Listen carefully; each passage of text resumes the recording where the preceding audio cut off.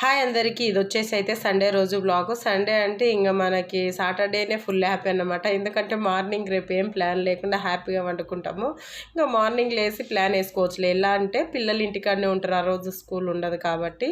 ఈరోజు వచ్చేసి మధ్యాహ్నం నేను కూల్గా అయితే మా పాప వచ్చేసి పచ్చి పులుసు అడిగింది. ఇంకా సమ్మర్ కదా, పచ్చి పులుసులు అయితే స్టార్ట్ అయ్యి ఉంటాయి అందరి దగ్గర. ఆల్రెడీ మామిడికాయతో అయితే మా ఆయనకు చాలా ఇష్టం. ఇది చింతపండుతో చేస్తేనేమో మా సోను పాపకు చాలా ఇష్టం అన్నమాట.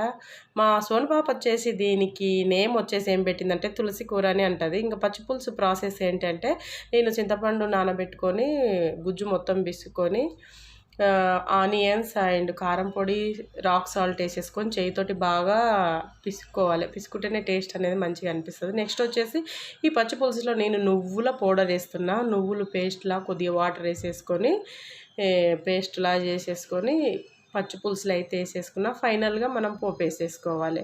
పోపు వచ్చేసి జీలకర్ర, ఆవాలు, పచ్చిమిరపకాయలు, ఎండుమిరపకాయలు, కరివేపాకు వేసేసుకొని కలుపుకోవడమే. నెక్స్ట్ వచ్చేసి ఇష్టం ఉన్న వాళ్ళు బెల్లం లేదంటే షుగర్ కూడా వేసుకోవచ్చు.